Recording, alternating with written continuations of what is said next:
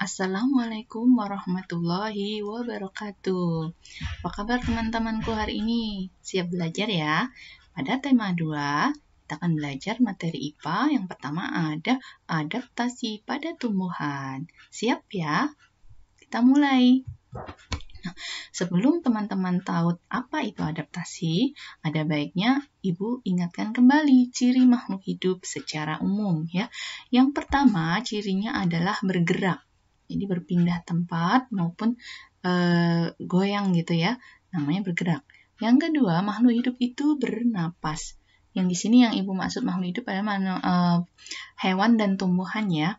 Kemudian yang ketiga, membutuhkan makanan. Ya. Yang keempat, membutuhkan minum. Yang kelima, berkembang biak. Jadi dia dari 1 jadi 2 dan seterusnya ya. Kemudian yang keenam, dapat tumbuh dan berkembang. Jadi tidak kecil aja, dia bisa menjadi lebih tinggi, menjadi lebih besar gitu ya. Kemudian 7, membutuhkan suhu tertentu. Jadi ada makhluk hidup yang bisa hidup di bawah 0 derajat, misalnya makhluk hidup yang di kutub ya. Kemudian ada yang bisa di lingkungan yang sangat panas, misalnya ada juga yang di tengah-tengah, jadi tidak sama. Kemudian yang 8, peka terhadap rangsang. Rangsang itu yang dimaksud misalnya disentuh, kemudian dikejar gitu misalnya ya. Dia peka, dia akan lari, dia akan menggulungkan daunnya misalnya. Nah, selanjutnya, selain ciri umum tersebut, setiap makhluk hidup mempunyai ciri khusus, baik hewan maupun tumbuhan. Jadi punya ciri khusus. Ciri khusus itu merupakan pembeda antara makhluk hidup yang satu dengan yang lain. Nah, ciri khusus dari organisme yang dimaksud untuk penyesuaian diri makhluk hidup terhadap lingkungannya. Ya, jadi ciri khususnya itu dipakai untuk menyesuaikan diri terhadap lingkungannya, di mana penyesuaian diri terhadap lingkungan tadi disebut adaptasi. Ya, jadi adaptasi itu adalah kemampuan penyesuaian diri makhluk hidup terhadap lingkungannya. Nah, setiap makhluk hidup telah dibekali oleh Allah Subhanahu wa Ta'ala kemampuan dalam beradaptasi. Gunanya untuk apa? Untuk mempertahankan hidupnya ya, biar tidak punah ya. Kemampuan makhluk hidup dalam beradaptasi tentunya berbeda-beda. Nah, sebelum menuju ke adaptasi, ada baiknya kita tahu dulu ciri khususnya makhluk hidup. Ada beberapa contoh sebagai berikut. Yang pertama ada tanaman mawar. Tentu teman-teman tahu ya, bunganya sangat cantik dipandang. Tapi kalau teman-teman perhatikan, batang mawar itu penuh dengan duri. Nah, itu adalah ciri khusus pada mawar, memiliki duri pada batangnya. Tujuannya apa? Untuk melindungi diri dari musuh. Kemudian ada tanaman kantung semar. Ini pernah kita lihat di Kebun Raya Bogor ya. Nah, kantung semar itu daunnya berbentuk kantung dan mengeluarkan bau menyengat untuk menangkap serangga ya, sebagai makanannya. Kemudian ada tanaman atau bunga raksasa, Rafflesia arnoldii. Kita bedakan dengan bunga bangkai ya. Bunga bangkai itu dia tinggi menjulang. Kalau Rafflesia itu lebar ke samping ya. Ini tapi punya ciri khusus, yaitu sama-sama mengeluarkan bau busuk yang mengundang lalat. Nah, kenapa dia mengundang lalat itu? Untuk membantu penyerbukannya ya. Itu bunga bangkai. Kemudian ada kaktus. Ini juga teman-teman sering melihat kaktus ya, di rumah mungkin ada yang punya. Nah, ini punya ciri khusus, batangnya itu menebal dan berlapis lilin, gunanya untuk menyimpan air. Daunnya juga berbentuk duri untuk menghemat penguapan. Makanya kaktus tahan di lingkungan yang tandus dan kering. Justru dia akan mati kalau sering kita siram ya. Itu cara perawatan kaktus, tidak boleh banyak air. Kita lanjut. Berikutnya ada tanaman putri malu. Nah, ini mungkin teman-teman jarang melihat ini ya. Silakan kalau ada waktu, teman-teman bisa jalan pagi nih di sekitar tempat kamu ya. Di sepanjang jalan biasanya kalau ada rerumputan, dia akan tumbuh liar di situ putri malu ya. Kemarin Ibu pas jalan pagi menemukan nih putri malu, tapi Ibu tidak memfotonya ya. Nah, dia mempunyai ciri khusus yaitu daunnya akan mengatup. Disentuh nih, dia akan mengatup. Nah, namanya rangsangan dari luar itu sentuhannya ya. Dia akan mengatup tuh putri malu. Kemudian ada teratai. Teratai ini tanaman air ya. Cirinya adalah, ciri khususnya daun lebar dan tipis. Kenapa daunnya lebar dan tipis? Agar penguapan air dapat terjadi dengan mudah gitu. Karena dia hidupnya di air ya. Batangnya juga berongga untuk bernapas. Jadi meskipun akar dan batangnya di dalam air, teratai bisa bernapas. Kan tadi ciri umumnya bernapas ya kan? Jadi teratai juga bernapas nih, pakai batang yang berongga tadi. Kemudian ada anggrek. Nah, ini juga tumbuhan atau tanaman yang disukai ibu-ibu ya biasanya ya. Siapa yang punya anggrek di rumah nih tentu tahu ya. Nah, anggrek ini dia punya ciri khusus akar yang menggantung untuk bernapas karena hidupnya menumpang pada tumbuhan lain. Jadi, anggrek itu menumpang untuk mendapatkan sinar matahari supaya dia kan pendek nih, biar mendapat sinar matahari dia menumpang pada tumbuhan lain. Tapi dia tidak merugikan ya, bukan simbiosis parasitisme ya. Kemudian ada tanaman bambu. Nah, pernah lihat ya bambu yang menjulang-julang gitu? Nah, dia ini mempunyai ciri khusus, dia punya bulu yang halus. Nah, kalau teman-teman terkena bulunya akan gatal ya. Nah, ini kenapa begitu ciri khusus ini? Untuk melindungi dirinya dari musuh ya. Ada bulu halus ya. Kemudian ada tanaman Venus. Nih, pernah lihat? Ya, seperti ini tanamannya ya, kayak mulut ya, buka tutup. Nah, itu salah satu cirinya adalah daunnya berbulu, kemudian juga di daunnya itu berengsel. Jadi kayak pintu, bisa membuka dan menutup. Gunanya untuk apa? Untuk memakan serangga seperti kalau kantung semar tadi kan bentuknya kantong. Nah, kalau ini kayak pintu, kayak mulut, buka tutup itu. Dia juga memakan serangga. Karena dia butuh nitrogen dari serangga tadi ya. Itu adalah ciri khususnya. Selanjutnya kita akan lihat berdasarkan habitatnya atau tempat hidupnya. Tumbuhan itu dibagi menjadi 3 jenis. Yang pertama ada tumbuhan hidrofit. Tumbuhan yang hidup di air cirinya ya. Sebagian tubuhnya ada di permukaan air. Ada juga yang terapung dan ada yang terendam di dalam air. Contohnya hidrilla ya. Ada yang di permukaan, ada yang terapung ya. Di permukaan ada yang terendam. Akarnya berada di air. Memiliki rongga udara dalam batang atau tangkai daun. Daunnya muncul ke permukaan air ya. Contohnya kangkung yang suka kamu makan nih, sayur kangkung nih. Contoh tanaman hidrofit atau tumbuhan hidrofit. Teratai. Nah, tadi teratai juga termasuk. Eceng gondok nih ya. Dia tumbuh liar sebetulnya nih di air yang biasanya sudah tercemar. Dia akan banyak sekali eceng gondok, juga kiambang ya. Nih kiambang nih. Dia tanaman air ya. Itu tanaman hidrofit. Salah satu cirinya adalah hidup di air. Nah, berikutnya ada tumbuhan higrofit. Nah, higrofit itu hidup di daerah lembab. Tubuhnya terdiri atas bagian-bagian akar, batang, dan daun. Batangnya pada umumnya tidak nampak karena terdapat di dalam tanah. Ya, dia ada di dalam tanah. Daunnya yang muda umumnya melingkar atau menggulung. Contoh ada pakis nih, pakis. Kemudian ada kemunting nih, kemunting ya. Ada lumut nih, lumut biasanya nempel di batu atau di tembok-tembok kita ya, yang lembab. Kemudian ada daun ungu nih, daun ungu. Teman-teman pernah lihat nih ada banyak tanaman nih. Di sekolah kita juga ada nih daun ungu. Kemudian ada dedalu. Nah, mungkin ada yang belum pernah lihat ya. Ibu pernah lihat ini di Mekarsari, ya ada dedalu namanya. Ya, itu higrofit. Dia hidup di daerah lembab tapi akarnya di tanah ya, di dalam. Selanjutnya ada xerophyt. Nah, ini tumbuhan yang bisa hidup di daerah kering. Tumbuhan ini memiliki daunnya tebal, sempit, kadang-kadang berubah menjadi bentuk duri, sisik, atau bahkan tidak mempunyai daun. Batangnya tebal dan mempunyai jaringan untuk menyimpan air.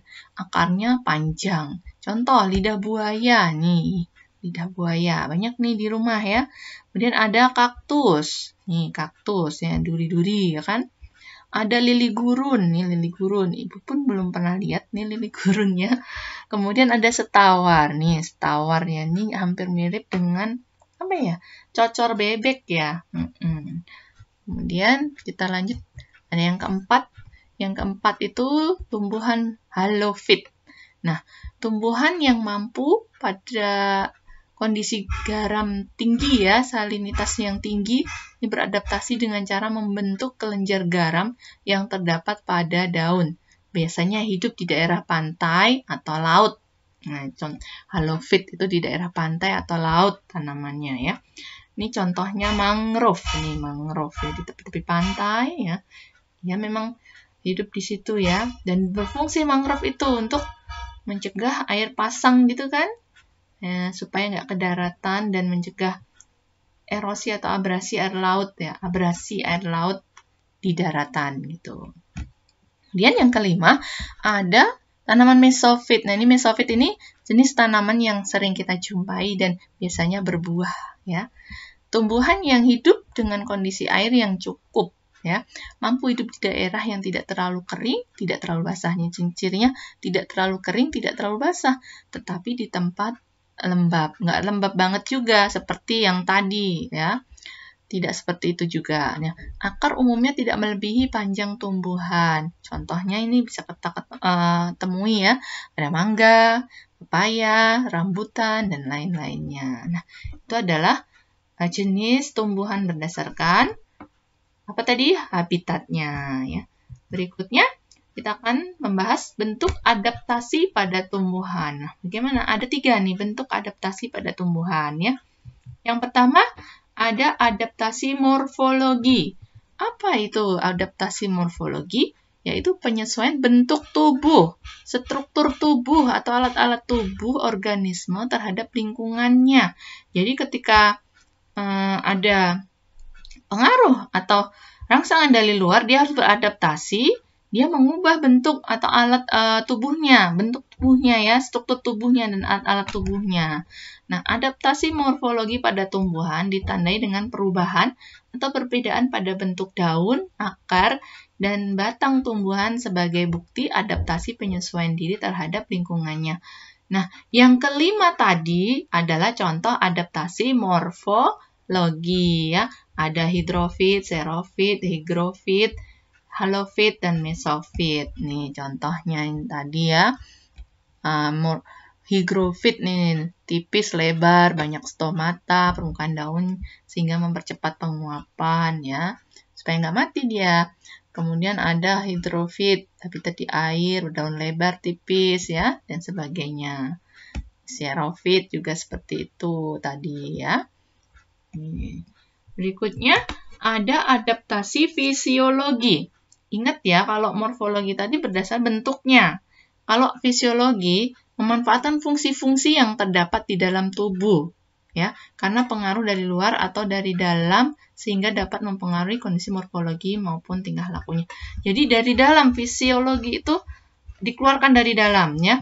Pohon pisang memiliki daun lebar serta tipis yang dilapisi oleh zat lilin, contohnya. Untuk dapat menyesuaikan diri dengan lingkungannya. Nah, yang ngeluarin dari dalam pohon pisangnya ya, nggak terlihat sama kita, tapi terlihat zat lilinnya ya. Yang kedua, salah satu cara tumbuhan pakis beradaptasi dengan lingkungan yang lembab yaitu dengan menggulung daun mudanya. Ini juga dari dalamnya ya. Yang ketiga, supaya dapat bertahan hidup di daerah perairan pasang surut, pohon bakau memiliki akar gantung yang fungsinya untuk pernapasan. 4. Terdapat jenis tumbuhan yang dapat menghasilkan sejenis zat asam untuk memangsa serangga atau hewan. Nah, mengeluarkan zat asam tadi. Eceng gondok dan kangkung air batangnya berunggak sehingga dapat hidup dan tumbuh di air. Nah, yang dilihat adalah yang alat-alatnya ya. Tumbuhan dikotil yang memiliki mahkota bunga yang indah, fungsinya untuk menarik serangga ya. Kemudian yang ketujuh, tumbuhan yang berbunga umumnya menghasilkan nektar. untuk menarik serangga sehingga dapat membantu penyerbukan. Produksi bau busuk seperti pada tumbuhan Rafflesia arnoldi dan bunga bangkai itu juga adaptasi fisiologi. Kemudian ada yang memproduksi getah seperti pohon pinus. Fungsinya sebenarnya getah itu untuk mengobati luka dan pertahanan diri. Nih ya, contohnya. Nih, menarik perhatian serangga. Contohnya anggrek, bunga bromelia. Ada yang mengeluarkan racun. Nih juga adaptasi fisiologi.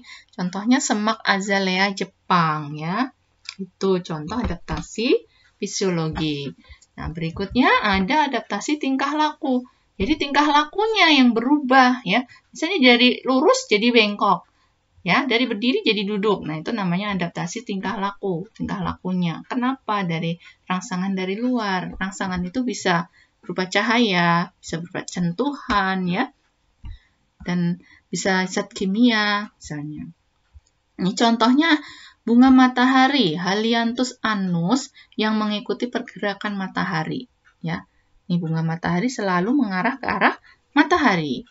Kemudian yang kedua, pengaruh fotoperiodisme terhadap kerontokan daun pada pohon jati. Nih, pohon jati itu kan selalu menggugurkan daun ya, kalau lagi musim kemarau. Nah, ini merupakan contoh adaptasi tingkah laku juga.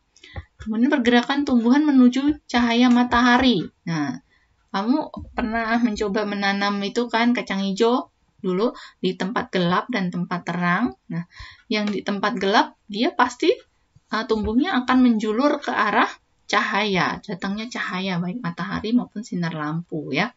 Itu dia merupakan adaptasi tingkah laku. Kemudian gerak kemotaksis pada tumbuhan lumut dan paku sebagai bentuk adaptasi terhadap sinyal kimia saat reproduksi. Ini ada gerak. Nanti kita akan sedikit tahu tentang macam-macam gerak pada tumbuhan ya setelah ini. Kemudian 5 ada gerak akar tumbuhan menuju air dan mineral atau pupuk. Nih, gerak akar ya. Jadi akar kenapa bisa panjang ya dia? Karena ada adaptasi tingkah laku tadi menuju air dan mineral ya, mencari itu buat makanannya.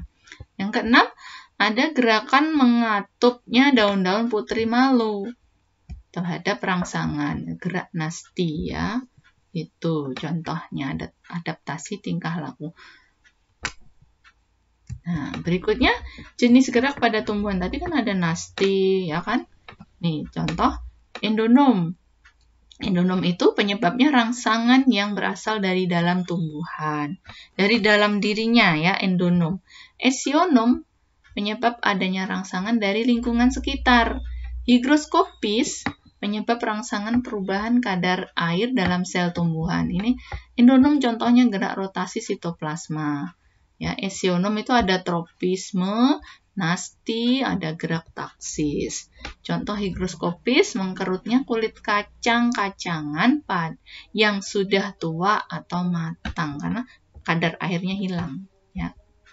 Nah, pembagiannya lagi ke gerak esionom ada nasti, tropisme, taksis. Nah, ini yang sering kita jumpai ya. Menutupnya daun putri malu, nasti namanya. Menutupnya daun Venus, seismonasti. Menutupnya daun majemuk karena malam, namanya niktinasti. Kan ada tumbuhan yang dia menutup ya, daun-daunnya menutup ketika malam hari. Besok dia akan mekar lagi, ada ya seperti itu. Yang keempat, mekarnya bunga pukul 4 setiap jam 4 sore atau setiap sore dia akan mekar bunganya. Itu namanya fotonasti, pengaruh cahaya ya. Kemudian yang kelima, membuka dan menutupnya stomata. Namanya nastinya sudah kompleks. Nggak terlihat stomata itu ya. Mulut daunnya nggak terlihat. Jadi sudah nasti yang kompleks. Kemudian tropisme. Tropisme biasanya ada gerak batang, gerak akar gitu ya. Gerak batang ke arah cahaya namanya fototropisme. Gerak akar ke dalam bumi, dalam pusat bumi. Kan akar selalu menuju ke pusat bumi, ke dalam tanah gitu kan. Namanya geotropisme. Kemudian yang ketiga, membelitnya ujung batang pada sulur tanaman. Ada tanaman yang merambat-rambat gitu terus akarnya membelit-belit gitu ya. Itu namanya osmotropisme. Kemudian ada gerak akar menuju tempat yang berair, ya selalu mencari yang air-air, namanya hidrotropisme. Kemudian ada taksis. Ada contoh yang pertama, gerak kloroplast ke arah cahaya, gerak sperma menuju sel telur. Nah, itu cukup kita ketahui saja ya. Nah, di buku tema kalian akan menemukan soal seperti ini, cara tumbuhan menyesuaikan diri, dan ada yang cara tumbuhan melindungi diri. Nah, ini Ibu kasih contoh ya, cara tumbuhan menyesuaikan diri. Contohnya kangkung. Menyesuaikan diri itu kan berarti dianya menyesuaikan diri karena kondisi lingkungannya yang seperti apa sih supaya dia bisa bertahan hidup. Dia harus menyesuaikan diri dianya gitu. Contohnya kangkung. Kangkung punya batang yang berongga atau rongga udara pada batang ya. Daunnya berada di atas permukaan air, itu kangkung. Menyesuaikan dirinya karena hidup di air. Teratai juga memiliki batang berongga, memiliki daun yang lebar, batangnya berada di dalam air. Itu juga sebagai penyesuaian diri teratai di lingkungan air. Lidah buaya bagaimana penyesuaian diri di lingkungannya? Yaitu memiliki jaringan untuk menyimpan air. Pakis beradaptasi dengan lingkungan yang lembab dengan cara menggulung daunnya. Bambu tumbuh dan berkembang biak di lingkungan yang banyak air, yang menyesuaikan diri dia. Eceng gondok batangnya mengembung, berisi rongga udara ya. Itu dia juga di air. Kemudian berdasarkan cara tumbuhan melindungi diri. Melindungi diri berarti dari rangsangan luar atau dari pengaruh. Bisa pengaruh negatif, bisa positif. Ya kan bisa yang membahayakan, bisa yang tidak. Nah, contohnya, kantung semar memiliki kantung penjebak serangga. Ya. Bunga bangkai memiliki bau busuk untuk menarik serangga. Mawar memiliki duri pada batangnya. Putri malu, daunnya mengatup jika terkena rangsang. Nangka memiliki getah yang banyak dan lengket. Ya kan? Gadung dengan cara memproduksi racun. Ya. Gadung, ada namanya gadung beracun seperti ubi gitu ya. Nah, itu tadi kita sudah belajar adaptasi pada tumbuhan. Kenapa harus beradaptasi? Untuk mempertahankan dirinya, untuk supaya dirinya tetap langsung hidupnya ya. Nah, kenapa dia bisa beradaptasi? Karena tadi memiliki ciri khusus tadi ya. Ciri khusus dimiliki yang tidak dimiliki oleh tumbuhan yang lain ya. Ciri khusus tadi digunakan untuk beradaptasi. Nah, macam-macamnya sudah. Nah, mungkin itu saja yang bisa Ibu sampaikan pada kesempatan kali ini. Nanti jika ada materi yang belum Ibu sampaikan, maka akan Ibu share dalam bentuk PDF di grup ya. Sekian dari Ibu. Nanti akan ada tugas ya yang akan Ibu share, tugasnya di mana aja ya. Untuk itu tetap semangat. Assalamualaikum warahmatullahi wabarakatuh.